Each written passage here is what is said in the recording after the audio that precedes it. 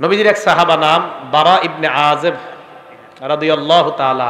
নবীজির এক সাহাবা নাম বারা ইবনে আযিব রাদিয়াল্লাহু তাআলা। এই বারা ইবনে আযিব নবীর এক সাহাবা। উনি বলেন, খরজনা মা রাসূলিল্লাহি সাল্লাল্লাহু আলাইহি ওয়াসাল্লাম ফি জানাজাতি রাজুলিন মিনাল আনসার। হাদিসটা দিল লাগায় শুনেন, আগে বুঝেন। আপনারা উত্তর পাড়ার মানুষ, দক্ষিণ পাড়া এক ব্যক্তির জানাজায় যাবেন। উত্তর পাড়ার মানুষ দক্ষিণ পাড়া জানাজায় যাবেন। তো জানাজায় আপনারা রওনা করছেন, জানাজায় যার জানাজা পড়বেন তার জানাজায় যাওয়ার আগে দেখছেন বাঁশ তলার মধ্যে তার কবরটা খোঁড়া হয়েছে। এরকম হতে পারে না? মানে তাকে এখনো কবরে দেওয়া হয় নাই, এর আগে আপনারা তার কবরের সামনে দিয়ে তার জানাজায় যাইতেছেন। এরকম হতে পারে কিনা? নবীজি বলেন, নবীজির সাহাবা বারা ইবনে আযিব বলেন, আমরা নবীজির সাথে বের হইলাম। বের হওয়ার পর এক আনসারী সাহাবার জানাজা পড়ার জন্য রওনা করলাম। রওনা করার পর আমরা যাইতে যাইতে আনসারী সাহাবার জানাজায় যাওয়ার আগে তার কবরের সামনে দিয়ে আমরা যাইতে লাগলাম। আনসারী সাহাবার জন্য যেই কবরটা খোঁড়া হয়েছে, গর্ত করা হয়েছে, ওই কবর দেখার পর আল্লাহর নবী কবরের সামনে বসে গেছে। কবরের সামনে নবীজি বসে গেছে। সাহাবারা বলেন, ওয়া জালাসনা হাওলা, আমরাও নবীর সামনে, তার সামনে কবরের পাশে বসে গেলাম। আপনারা সামনে যেইভাবে বসা, সাহাবারা কয় আমরা এইভাবে বসলাম। বসার পর নবীর দিকে আমরা তাকায় রইলাম। চেহারাটা এই দিকে তাকান। একটা আল্লাহ নবীর হাতে একটা লাঠি, নবীর হাতে একটা লাঠি, ফিয়াদিহি উদুন, একটা লাঠি, আনকুতুবিহি ফিল আরদ, এই লাঠি দিয়া জমিনের মধ্যে নিচের দিকে তাকায় আঁকা আঁকি করতেছে। অনেক সময় মুরব্বী যাদের হাতে লাঠি থাকে, এদের সাথে যদি রাস্তায় দাঁড়ায় দাঁড়ায় কথা বলেন, এমনি মনের অজান্তে দেখবেন লাঠি দিয়ে আঁকতেছে মাটিতে। এটা হয় কিন্তু। আমাদের নবীজির হাতে একটা লাঠি, এই লাঠি দিয়া এইভাবে মাটিতে আঁকা আঁকি করতেছে, বসা বসা। সাহাবারা বলেন আমরা এমন ধীরস্থির ভাবে বসা, কান্না আলা রুউসিনা আত-তায়র, আমাদের মাথার উপরে যদি পাখিও বসে আমরা টের পাবো না, এমন সুন্দরভাবে বসে রইছে, চুপচাপ বসা। কিন্তু আমরা টেনশনে আছি, কিরে নবীজি একটু উপরে তাকায় না, খালি এমনি রইছে কা, উপরে তাকায় না, এইভাবে উপরে তাকায় না। সাহাবা বলেন ফারাফা রাসাহু, হঠাৎ আল্লাহর নবী উপরে মাথা উঠাইলেন। আমরা নবীর দিকে এক দৃষ্টিতে এইভাবে তাকায় রইলাম। মাথা উঠানোর পর কবরের দিকে আল্লাহর নবী তাকাইলেন, তাকায় বললেন, এ সাহাবাদের দল, ইস্তাইযু বিল্লাহি মিন আযাবিল কবরি মাররাতাইনি আও সালাসা। সাহাবাদের দিকে তাকায় বললেন, তোমরা এই কবর থেকে, আল্লাহর কাছে কবরের আযাব থেকে পানাহ চাও। এই কথাটা নবী 2 বার অথবা 3 বার বললেন। সাহাবাদেরকে আল্লাহর নবী কেন বললেন? কারণ কবর এমন একটা ভয়ঙ্কর জায়গা। কবর আমাকে, আপনাকে, আমাদের সকলকে প্রত্যেকদিন ডাক দিয়ে বলে, আনা বাইতুল গুরবা, আমি কিন্তু অপরিচিত ঘর, আমার কাছে আসার আগে চিন্তা ভাবনা করে আসবা। আনা বাইতুল ওয়াহদা, আমি একা থাকার ঘর, আমার কাছে আসার আগে চিন্তা ভাবনা করে আসবা। আনা বাইতুদ দুদ, আমি পোকামাকড়ের ঘর, আমার কাছে আসার আগে চিন্তা ভাবনা করে আসবা। আনা বাইতুত তুরাব, আমি মাটির ঘর, আমার কাছে আসার আগে চিন্তা ভাবনা করে আসবা। মুসলমান মাটির উপর যখন একটা দৌড় দেন, সাবধানে দৌড় দিবেন। এক বর্ণনায় পাওয়া যায়, জমিনের উপর যারা জোরে জোরে চলে, হতে পারে এর কারণে কবর তার সাথে ভয়ঙ্কর আচরণ করবে। কবর বলবে, আমার পিঠের উপর বড় ধম্ব বরে তুমি চলেছিলা, আজকে আমি কবরের আচরণ তুমি লক্ষ্য করতে পারবা। এক বর্ণনায় কবর এমন চাপ দিবে, চাপ দেওয়ার পর আপনার 2 পাশের সিনার হাড্ডিগুলা একটা আরেকটার মধ্যে ঢুকে যাবে। নবী বলেন, কবর থেকে তোমরা পানাহ চাও, কবরের আযাব থেকে পানাহ চাও। কথাটা নবী 2 বার অথবা 3 বার বললেন।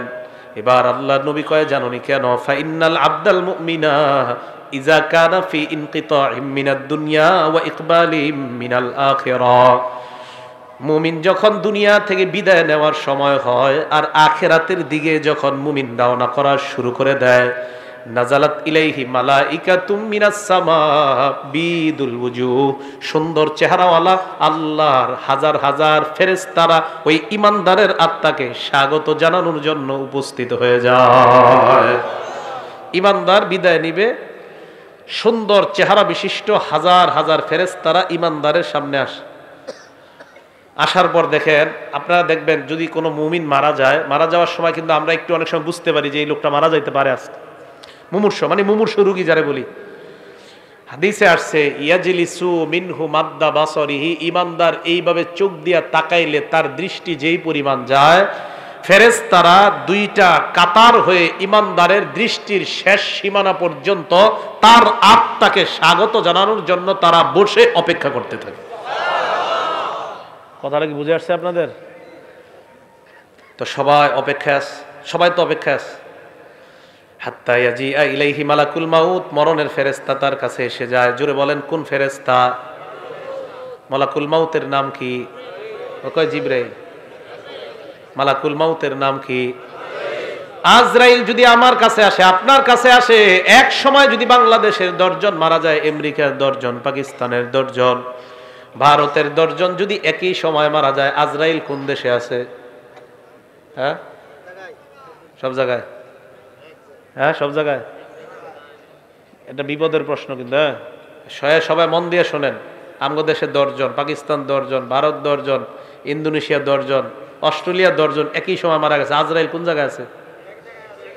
এক জায়গার তো কেমনে? কোরআনে আইছে মালাকুল মাউত তার কাছে আসে। কে বলছে তার আন্ডারে আছে? আপনি আপনি বলছেন? সাহস করে কর না। আচ্ছা, আপনি বলছেন? মাশাআল্লাহ, সবাই বলেন মাশাআল্লাহ। অনেক সময় কেউ কিছু কইলে ডরে কইতেছে না, পরে আবার এই ব্যাপারে আর একটা হাদিস শোনাই দিই। উনি যে ডরে কইতেছে নাই, এক সাহাবা নবীজি সাল্লাল্লাহু, এটা কিন্তু আমাদের বিষয়বস্তু না, ওনার কারণে আর কি, উনি যে ডরে কয় নাই, তো ডরে না কওয়ার একটা ফায়দা আছে, এটা বলি। এক সাহাবা নবীজি যখন নামাজ থেকে উঠছে, উঠার পরে বলছে সামি আল্লাহু লিমান হামিদা। বলেন তো আপনারা আমরা কি বলি? আমরা কি বলি? আমরা। পিছন থেকে এক সাহাবা বললেন আল্লাহুম্মা রাব্বানা ওয়া লাকাল হামদ হামদান কাসীরান তাইয়িবান মুবারাকান ফীহ। সালাম ফিরানোর পর আল্লাহ নবী বললেন, সব সাহাবারা কমায়া বলছে, বাড়ায়া কে বলছে? তাড়াতাড়ি কও। যিনি বাড়ায়া বলছো তিনি বলো। এই জায়গায় একটা হাদিস মনে রাখবেন, আল্লাহ নবীকে সাহাবারা বলছে হুজুর আপনি কি আম করে দেখেন। এ মনে মনে মনে মন দিয়ে শোনেন। ইবনে হাজার আসকালানী ওই কথাটা লেখছে, আল্লাহ নবী কয় আমি সামনে থেকে যেমন দেখতে পাই, পিছন থেকেও সুন্দরভাবে আল্লাহ ওই মুহূর্তে তোমাদেরকে দেখা দেয়। এই কে বলছো বলো?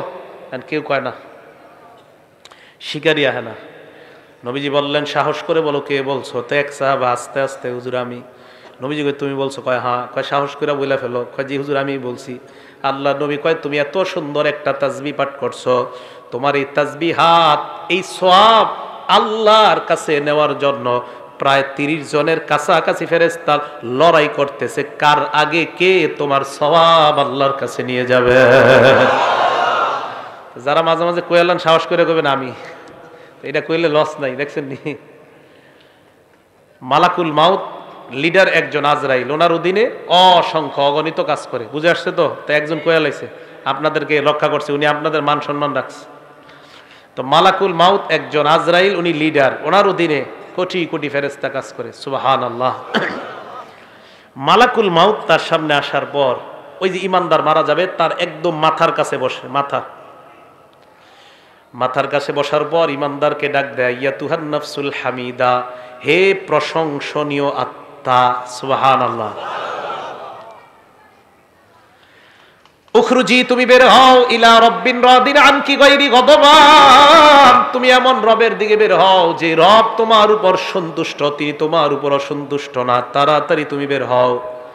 হাদিসে আসছে ইলা রব্বিন রাদিন আনকি গায়রি গদবান ওয়া মাগফিরাতিম মিনাল্লাহ।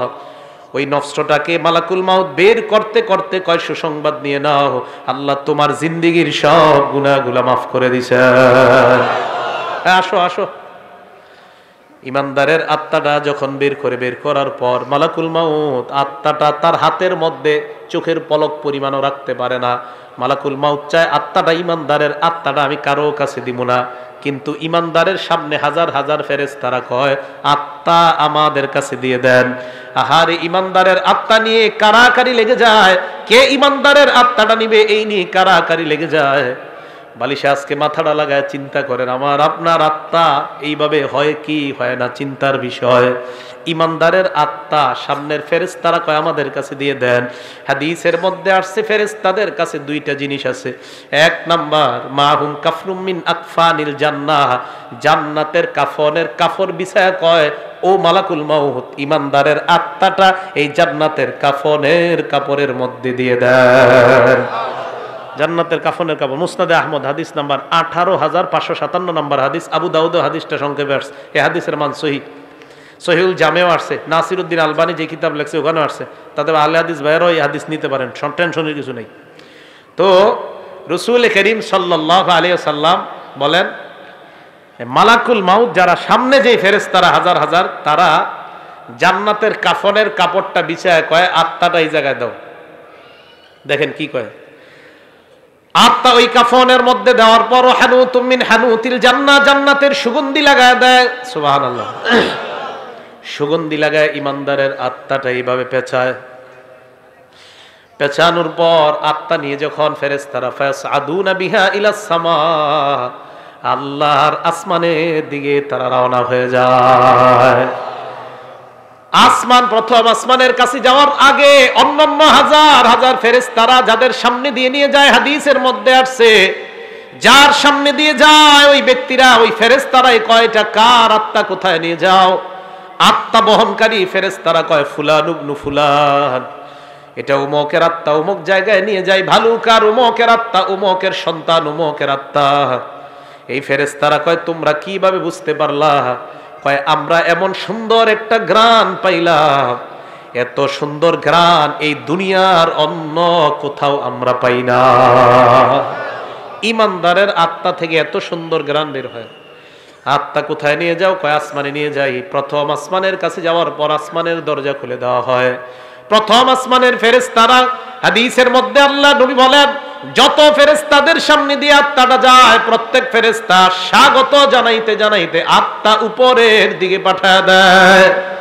2 নাম্বার আসমান, 3 নাম্বার আসমান, এইভাবে 7 আসমানের উপর আত্মা যখন চলে যায়,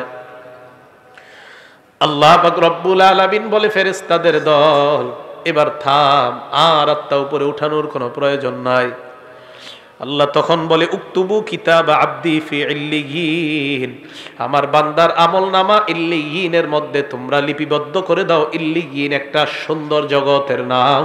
আমার বান্দার আমলনামা এই জগতের মধ্যে তোমরা লিপিবদ্ধ করে আমার বান্দাকে জান্নাতি ঘোষণা দিয়ে দাও। ইল্লিয়িনের মধ্যে আমলনামা দেওয়ার পর ভালো করে শুনবেন, ইমানদারের আত্মা 7 আসমানের উপর, আমরা দেহটাকে বাসতলায় নিয়ে দাফন করতেছি, ঠিক না? আমরা জানাজা দিলাম, জানাজা দেওয়ার পর যখন আত্মাটা আমরা নিয়ে যাই, দেহটা এক বর্ণনায় আসছে ইমানদারের দেহ কবরে নেওয়া পর্যন্ত হাজার হাজার ফেরেশতারা কবর পর্যন্ত তাকে স্বাগত জানাইতে জানাইতে কবরের কাছে নিয়ে যায়। ইমানদারের আত্মা আমরা দাফন করলাম, দেহ দাফন করলাম, আত্মা আসমানের উপর। আল্লাহ পাক রব্বুল আলামিন বলে ফেরেশতাদের দল আমার বান্দার আত্মাটা কবরের মধ্যে তার দেহের মধ্যে ঢুকিয়ে দাও। ইমানদারের দেহের মধ্যে আত্মা ঢুকিয়ে দেওয়ার পর ফায়াতিয়ানিহি মালাকান, 2 জন ফেরেশতা ইমানদারের কাছে উপস্থিত হয়ে যায়। উপস্থিত হওয়ার পর ফায়ুজিলিসানিহি, তারে বসায়। বসানোর পর ফায়াস আলানিহি, তাকে প্রশ্ন করে। 1 নাম্বার মার রব্বুকা, তোমার রবকে জবাব দাও। ওই বান্দা জবাব দেয় রব্বি আল্লাহ, চিল্লায় বলেন আমাদের রব কে? এই কথার উপর অটল থাকতে হবে, কিন্তু এই কথার উপর কি থাকতে হবে? অটল কেন থাকতে হবে? সূরা হামিম আস-সাজদা 24 নাম্বার পারা 19 নাম্বার পৃষ্ঠা, সূরা হামিম আস-সাজদা আয়াত নাম্বার 30। এই সূরাটাকে সূরা ফুসসিলাত বলা হয়। আল্লাহ বলেন ইন্নাল্লাযীনা ক্বালু রাব্বুনাল্লাহ, নিশ্চয়ই যারা বলে আমাদের রব আল্লাহ, নিশ্চয়ই যারা বলে আমাদের রব আল্লাহ। সুম্মাস্তাকামু, এই কথার উপর অটল থাকে। জোরে বলেন কি থাকে? আওয়াজ দিয়ে বলেন আমাদের রব কে? রুহের জগতে আল্লাহ আমাকে আপনাকে আমাদেরকে প্রশ্ন করছে, আলাস্তু বিরাব্বিকুম, আমি কি তোমাদের রব না? কাফের বেঈমান নবী ওলি সবার আত্মা জবাব দিয়ে বলছে আল্লাহ আপনি আমাদের রব। বেঈমানরাও বলছে আপনি আমাদের রব, ইমানদাররাও বলছে আপনি আমাদের রব, নবী ওলি ওলামায়ে কেরাম সাধারণরাও বলছে আপনি আমাদের রব। এবার আসেন, আল্লাহ বলছে আমি কি তোমাদের রব না? এই কথার অর্থ হলো 6টা। জোরে বলেন কয়টা? 1 নাম্বার, আমি কি তোমার ব্যক্তি জীবনের রব না? 2 নাম্বার, আমি কি তোমার পারিবারিক জীবনের রব না? 3 নাম্বার, আমি কি তোমার সামাজিক জীবনের রব না? 4 নাম্বার, আমি কি তোমার অর্থনৈতিক জীবনের রব না? 5 নাম্বার, আমি কি তোমার রাষ্ট্রীয় জীবনের রব না? 6 নাম্বার, আমি কি তোমার আন্তর্জাতিক জীবনের রব না? 1 নাম্বার, আমি তোমার ব্যক্তি জীবনের রব কিনা? আমি বলছি আল্লাহ আপনি আমার ব্যক্তি জীবনের রব। তাহলে ব্যক্তি জীবনে তুমি নামাজ কায়েম যদি করো, হক ভাবে চলো, তাহলে ব্যক্তি জীবনে আমাকে তুমি রক্ষা করলা। তুমি তোমার পারিবারিক জীবনে আমাকে রব মানেছো কিনা? হ্যাঁ মাবুদ, আপনাকে আমি পারিবারিক জীবনে রব মানলাম। তোমার বিবি বেপরদায় চলে কেন? মাবুদ, আমি আমার বিবিকে বেপরদায় চালাই না, বিবি উল্টা পাল্টা নিজের থেকেই চলে, তাহলে সমস্যা নাই। আর যদি বলেন বিবি আমার আশকারায় পর্দা করে না, আল্লাহ বলবেন তাহলে তুমি পারিবারিক জীবনে আমাকে রব মানো নাই। আপনি আপনার বিবিকে নামাজি বানাইতে পারেন না, আপনার ছেলেকে নামাজ পড়তে বলেন না, মেয়েকে নামাজ পড়তে বলেন না, তার মানে পারিবারিক জীবনে আল্লাহর রব মানেন নাই। 3 নাম্বার, সামাজিক জীবনে রব। সমাজের কয়টা মানুষের দাওয়াত দিছেন? নামাজের দাওয়াত দিছেন কয়টা? সৌদি আরবের হুজুরে আর খুঁজা ফতুয়া পায় না, তাবলিগ ওয়ালা করে বিরুদ্ধে ফতুয়া দিছে। তাস খেলা, জুয়া খেলা, মদ বার হয়। সৌদি আরবে হালাল হালাল জুয়াখানা খুলছে। কি জুয়াখানা? নাম দিছে হালাল জুয়াখানা। তাস খেলা হয়, মদ হয়, জুয়া হয়। আর আমাদের দেশে রিয়াল খোর হুজুররা কয় খুব ভালো কাজ করেছে, অথচ তাস খেলা, জুয়া খেলা, গানের বিরুদ্ধে কথা কয় না। বুঝতে হবে এই রিয়াল খোর হুজুর যারা, এগুলারে সময়ে সময়ে চেনা যায় এরা আসলে হুজুর না, এরা ইসলামের লেবাসদারি মুনাফিক মার্কার শয়তান। সৌদি আরব আর কিছু খুঁজা পায় না, ফতুয়া দিয়ে দিল তাবলিগওয়ালারা ঠিক না, মায়েরা মানুষের পায়ে ধরে ধরে মসজিদে আনে, এরা ঠিক না। কি ঠিক? তাস খেলা ঠিক, জুয়া খেলা ঠিক।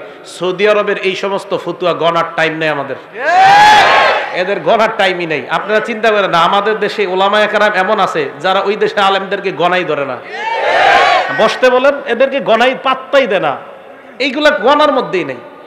এরা ফতুয়া দেয়, কয় তাবলিগওয়ালারা ঠিক না, বেহক, এই হক। বইয়া টাস খেলবার ফতুয়া দিবা, তুমি ওই টাস খেলুন না ফতুয়া মার্কা আমাদের ওলামায়ে কেরাম। আর আমাদের দেশের মুসলমান কেন, সারা পৃথিবীর মুসলমানরা ওই টাস খেলা মার্কা হুজুরদের ফতুয়া গ্রহণ করবে না, ফতুয়া আর খুঁজে পায় না। তাবলিগওয়ালারা খারাপ। তো 3 নাম্বার, সামাজিক জীবনের রব। মানুষের দৈরা দৈরা নামাজ আনে, এইটা ভাল লাগে না।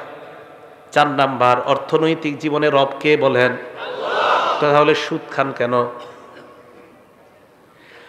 অর্থনৈতিক জীবনে যদি রব হয় আল্লাহ, তাহলে সুদের কারবার কেন করো? 5 নাম্বার, রাষ্ট্রীয় জীবনে রব কে বলেন? তাহলে রাষ্ট্রীয়ভাবে ইসলামের কোন মিছিল ডাক দিলে যাওয়ার জন্য সবাই রাজি আছেন কিনা? আন্তর্জাতিক জীবনে রব কে বলেন? আন্তর্জাতিকভাবে যদি আল্লাহ বা নবী অথবা ইসলামকে অপমান করা হয়, বাংলাদেশের মুসলমানরা মুসলমান হিসাবে আমরা প্রতিবাদ সর্বস্তরে জানাইতে রাজি আছি না? নাই। এটাই হবে 6 জীবনে রব মানা। মনে থাকবে তো? তো আল্লাহরে বলছি আল্লাহ আপনি আমাদের রব। এবার আসেন সূরা হামিম আস-সাজদা 30 নম্বর আয়াতে, নিশ্চয়ই যারা বলে আমাদের রব কে, কয় জীবনে? এই তো মাশাআল্লাহ, বলেন নিশ্চয়ই যারা বলে আমাদের রব কে, কয় জীবনে? কবরের মধ্যে প্রশ্ন করবে তোমার রব কে, ওই ব্যক্তি জবাব দিবে আমার রব হলেন আল্লাহ। 2 নাম্বার, ওমা দীনুকা, তোমার ধর্ম কি? জবাব দিবে দীনিয়াল ইসলাম, আমার ধর্ম হলো ইসলাম। 3 নাম্বার প্রশ্ন করবে ওয়ামান হাদার রাজুলুল্লাযী বুইসা ফীকুম, এই মানুষটাকে চেনো যাকে তোমাদের মাঝে প্রেরণ করা হয়েছে? জবাব দিবে হাজা নাবিয়ুনা মুহাম্মাদুন সাল্লাল্লাহু আলাইহি ওয়াসাল্লাম, উনি আমাদের নবী মুহাম্মদ সাল্লাল্লাহু আলাইহি ওয়াসাল্লাম। এই প্রশ্নের 3টা জবাব দেওয়ার পর ফেরেশতারা বলবে কিভাবে তুমি এই প্রশ্নের জবাব জানতে পারলা? ওই ব্যক্তি জবাব দিবে করাতু কিতাবাল্লাহ, দুনিয়ার মধ্যে আল্লাহর কালাম পড়েছিলাম, না পড়লে পারলেও উলামায়ে কেরামের কাছে গিয়েছিলাম, মাহফিলে তাফসিরে গিয়েছিলাম, উলামাদের সোহবতে থাইকা প্রশ্ন তিনটার উত্তর আমরা জেনে নিয়েছি। আল্লাহ ও ফেরেশতারা, এইভাবে দুনিয়ার মধ্য থেকে প্রশ্ন তিনটা যাই না কবরের মধ্যে আসলাম। ফেরেশতাদের সাথে ওই বান্দার কথোপকথনের পর্যায়ে আল্লাহ ডাক দিয়ে বলবে, এ ফেরেশতারা থাম। সুবহানাল্লাহ, থাম থাম, আন সাদাকা আব্দি, আর প্রশ্ন করার দরকার নাই। আমার বান্দা যা বলছে আমি আল্লাহ তাকে সত্যায়ন করে দিলাম। হ্যাঁ, আমি সত্যায়ন করে দিছি। আল্লাহ সত্যায়ন করলে আর কিছু লাগবে? এবার দেখেন সত্যায়ন করার পর আল্লাহ কি কয় দেখেন। আহারে, আমি আপনি আমরা আমাদের আব্বা আমাদের দাদা মারা গেলে, হ্যাঁ, আমি আমার আব্বারে দাফন করছি, মনে আছে? ডিসেম্বরের 5 তারিখ 9টা বাজে। ডিসেম্বরের 4 তারিখ মারা গেছে, 5 তারিখ 9টার দিকে দাফন করছি। কবরে নাইমা মাটিটা আমি হাত দিয়ে ওই দিন দেখছিলাম, প্রচন্ড ঠান্ডা দেখছিলাম, অনেক ঠান্ডা, অনেক ঠান্ডা। তখন মনে হয়েছিল যে দুনিয়াতে মা বাবা সন্তানরে কত সুখ শান্তিতে রাখা যায়। শীতকালে একটা সন্তান কষ্ট পাবে, কোনো বাবা চায় না, মা চায় না। অথচ আমি আপনি আমরা আমাদের বাবাকে 3টা পাতলা কাপড়ে ওই প্রচন্ড ঠান্ডা মাটির নিচে রেখে আসি। আমি আপনি আজকে মারা গেলে আমার আপনার সাথে এলাকাবাসী এটাই করবে, এটাই চূড়ান্ত সত্য কথা।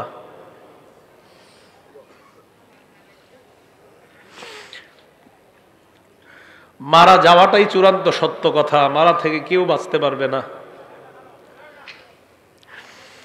আল্লাহ ডাক দিয়ে বলবে, আফরিসুহু মিনাল জান্নাহ, আমার বান্দারে পাতলা পোশাকে দুনিয়ার মানুষ কবর দিছে, তারে জান্নাতের পোশাক পরায়া দাও।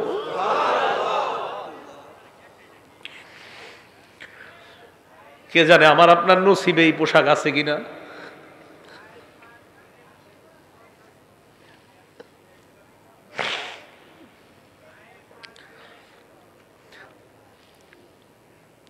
এই কথা বলার পর আল্লাহ বলবেন, আফরিসুহু মিনাল জান্নাহ ওয়া আলবিসুহু মিনাল জান্নাহ। প্রথমে বলবেন আমার বান্দার কবরটা জান্নাতের বিছানা বিছায়া দাও। ওয়া আলবিসুহু মিনাল জান্নাহ, তার শরীরে জান্নাতের পোশাক পরায়া দাও। এরপর বলবে ওয়াফতাহু লাহু বাবান ইলাল জান্নাহ, তার কবর থেকে জান্নাত পর্যন্ত একটা দরজা খুলে দাও, কবর থেকে যেন জান্নাতের নিয়ামতগুলা দেখতে পায়। জান্নাতের দরজা খুলে দেওয়ার পর বান্দা তাকায় দেখবে জান্নাতের হুররা নাচানাচি করতেছে। ওই বান্দার মন চাইবে হুর স্পর্শ করার জন্য। আল্লাহ বলবে নামকানাউ মাতিল আরুস, বান্দা তুমি থামো, বাসর রাতের দুলার নেই তুমি ঘুমিয়ে যাও। লা ইউকিজুহু ইল্লা আহাব্বা আহলিহি, বাসর রাতে ফজরের আজান হয়ে গেলে তোমার প্রিয়তমা ছাড়া তোমাকে অন্য কেউ জাগ্রত করার মতো ঘরে কেউ থাকে না। কবরের মধ্যে তুমি আসছো, এই জায়গায় তোমার প্রিয়তমা নাই, প্রিয়তমা নাই। ইমানদার, আমি আল্লাহ তোর প্রিয়তম হয়ে গেলাম। কিয়ামতের মাঠে আমি তোকে উঠাবো। ঘুমা ঘুমা, তুই ঘুমা, এখনো জান্নাতে যাওয়ার সময় হয় নাই, কবরে থাকো। তোমার তো কবর থেকে জান্নাতের নিয়ামত উপভোগ করার সুযোগ দিয়েছি, থামো। আরেক বর্ণনায় আসছে ফায়ুফসাহু লাহু কবরুহু, তার কবরটা বিশাল প্রশস্ত করে দেওয়া হবে। মাদ্দা বাসরিহি, তার দৃষ্টি যতটুকু যায় এই পরিমাণ প্রশস্ত করে দেওয়া হবে। প্রিয় ভাইয়েরা, জামির দিয়ার ভাইয়েরা, আমার আপনার কবরটা, আমার আপনার মৃত্যুটা, আমার আপনার কবরটা যেন এমন কবরই হয়। আমি আপনাদের জন্য দোয়া করবো, আপনারা আমার জন্য দোয়া করবেন।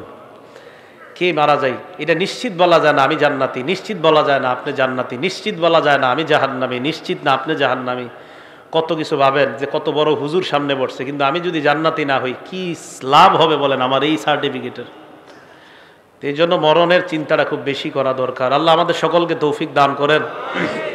ওই বান্দাকে কবরের মধ্যে রাখার পর হঠাৎ ওই বান্দা যখন কবরে থাকবে, এক বর্ণনা আসছে বান্দা দেখবে তার কবরে সুন্দর একটা মানুষ। হ্যাঁ, এই তুমি কে?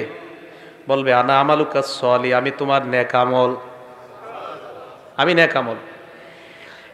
নবীজি এই কথা মনে আসেনি, নবীজি এই হাদিস বৈশা শোনাইতেছে কোথায় বুঝলে গেছে? হ্যাঁ, হাদিস শেষ হয় নাই কিন্তু এখনো, কবরের সামনে বসে এই হাদিস শোনাইতেছে। এবার সাহাবাদেরকে বললেন ওয়া ইন্নাল আবদাল ফাজিরা, পাপাচার বান্দার মরণের যখন সময় হয়ে যায়,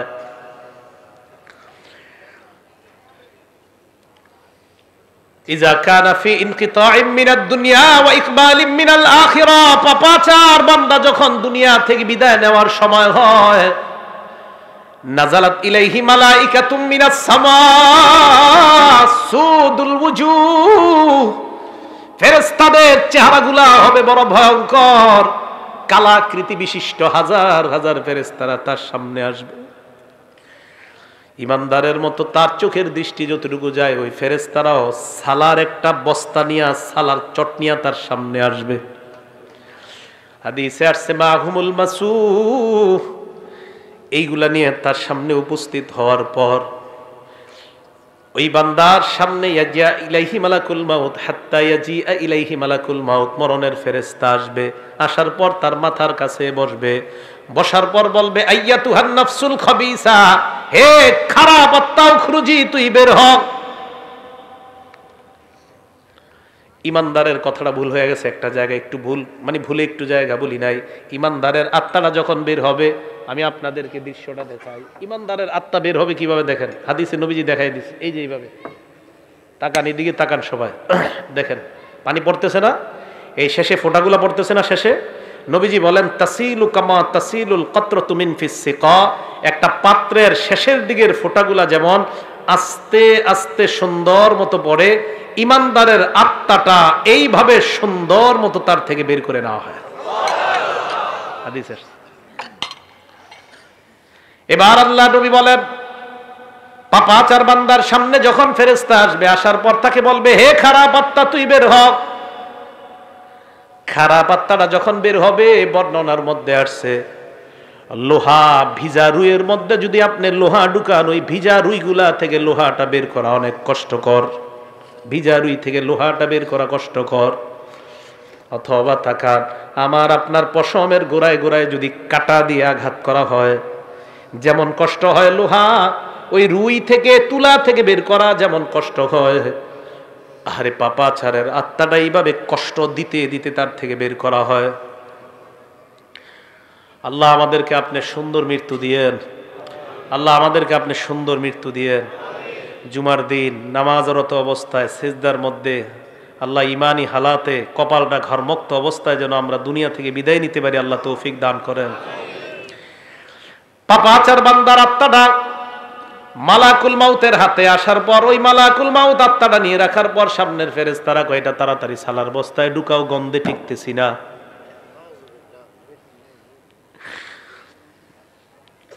আত্মাটা এইভাবে পেঁচানোর পরে আত্মা নিয়ে যখন রওনা হয়, অন্য অন্য ফেরেশতারা কয় কার আত্মা কোথায় নিয়ে যাও, সরাও তাড়াতাড়ি।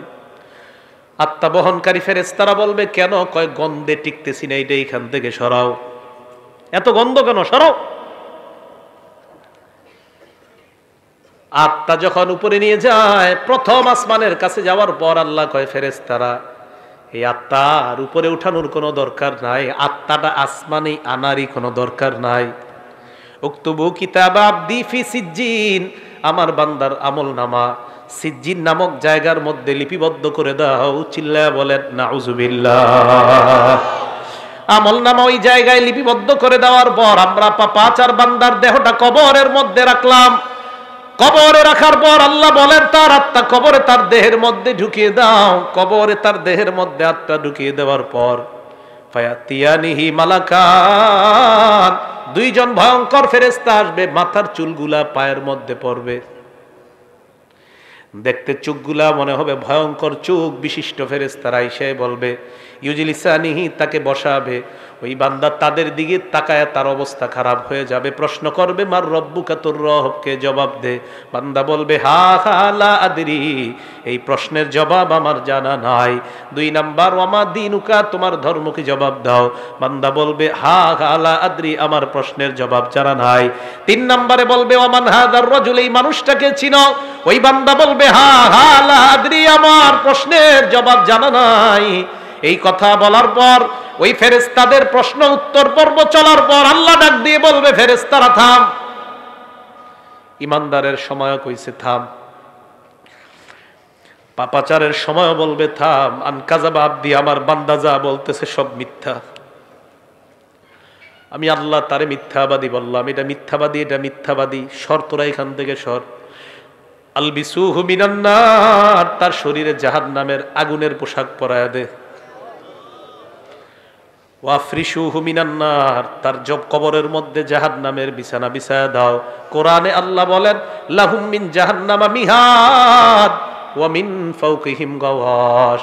নিচে তাকায় দেখবে নিচের বিছানাটা আগুনের বিছানা, উপরে তাকায় দেখবে কবরের ডান্ডা। এই ডান্ডা নিয়ে লোকটাকে একটা জোরে আঘাত করবে।